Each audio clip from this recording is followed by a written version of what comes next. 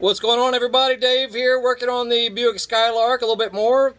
If you've been watching a few recent videos, this car has been parked for more than a year, unfortunately. And not because it doesn't run, but because the car behind it doesn't run. And I've been, really frustrated with my 1990 Chevy K1500. Long story about that one, but I was so frustrated that I totally turned away from that project of just getting it running again, because it used to run great, and it just stopped. Anyway, so because it was parked behind this car, the Skylark couldn't go anywhere. So I got really fed up with that and moved the truck out of the way, pulled it out of the way with the Taurus wagon, and got the Skylark out and about and doing some things, checking it over. Needs an oil change. Gonna lube the chassis. Remember when cars actually had lubrication points on the pivot points underneath? I'm gonna show them to you real quick, at least the ones that I could find so far. So let's check it out. Yeah, remember the days when you actually had to lube the chassis of your car? This one definitely has a bunch of lube points, and I may have even missed a couple, but just in the front alone, it has a ton of lube points. Let's see here. Starting on the left, you got 3 just on this wheel alone. You got this guy here, this guy here, this guy up here. And the seals aren't bad, actually. These seals sometimes get dry rotted, and when you put lube in them, they just start spewing lube out. Not bad. They're in good shape.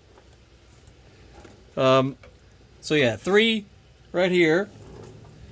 Then moving over to the steering area, you've got this guy here. There's one right here, kind of behind here. And then it keeps duplicating. Another one behind here. Another one right there. This guy here. This guy here. And then 3 more on the far left wheel. So you can see that. Yeah. Here. Here. And here. And then you got one on the drive shaft as well. It's all the way back there. And I need an angled one to get to that drive shaft point, because my straight style grease gun, I can't get it in there. So I need to go get a little angled fitting for that guy. Anyway, that makes what? 12? 1, 2, 3, 4, 5, 6, 7, 8, 9, 10, 11, and then 12 in the back. I mean, that's a lot going on there, but it needs to be done periodically.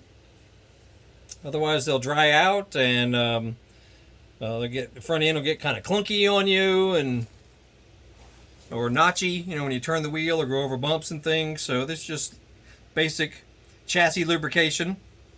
Did an oil change also. The oil pan gets a little bit loose also, I've noticed, because I've checked these more than a few times. But all these fasteners on the oil pan here, they were a little bit loose. The transmission pan back there, a little bit loose. The transmission plug, a little bit loose. So, I mean, that may be partly why it was dripping a little bit. It was dripping a little bit of transmission fluid when it's parked.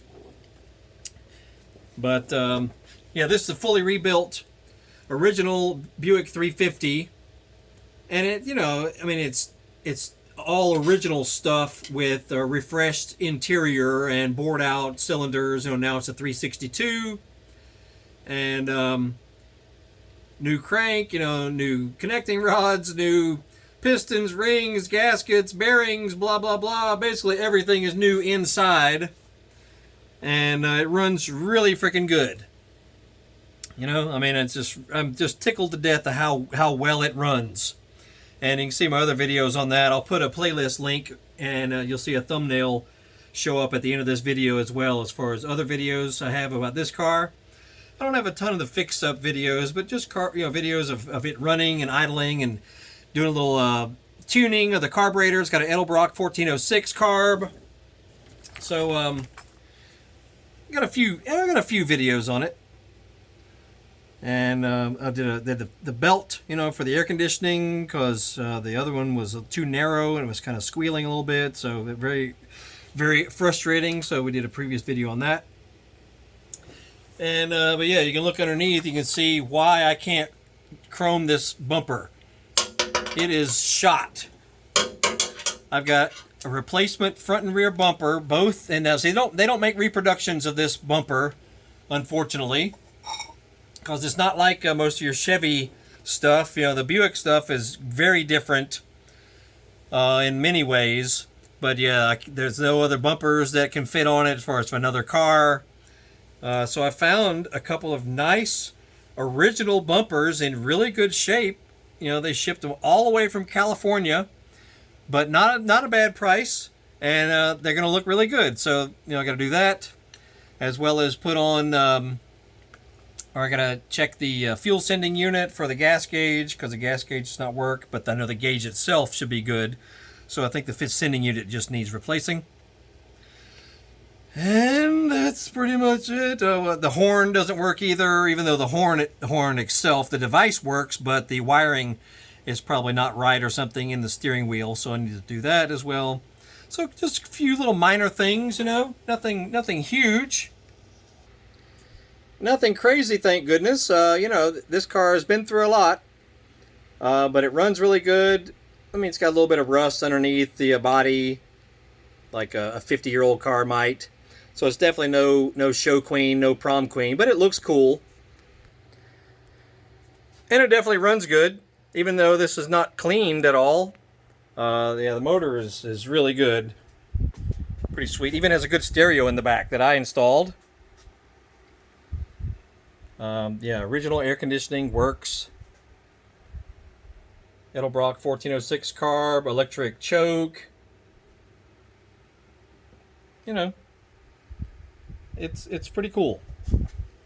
Inside, check it out. She has got, the previous owner did all this. All this interior was done by the previous owner, including the top. Look at that. The headliner is almost new. All the carpeting, all the seat covers, done by a guy in Opelika, Alabama. Even the vinyl top, done by a guy in Alabama, does top-notch work.